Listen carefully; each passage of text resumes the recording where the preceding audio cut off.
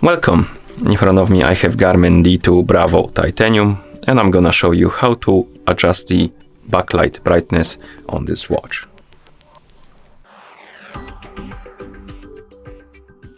First we need to open the menu, and to do it press and hold the up button. Once the menu opens, use the up and down buttons to scroll through it, like that. Select the settings option, and once you select it, press the start button to enter. Here, scroll through the list of settings and find the option called the system.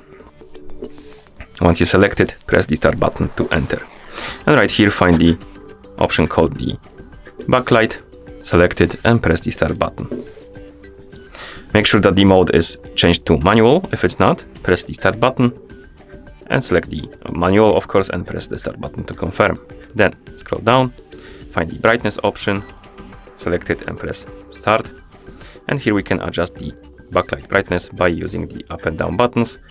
Select the level you like and then press the start button twice to confirm.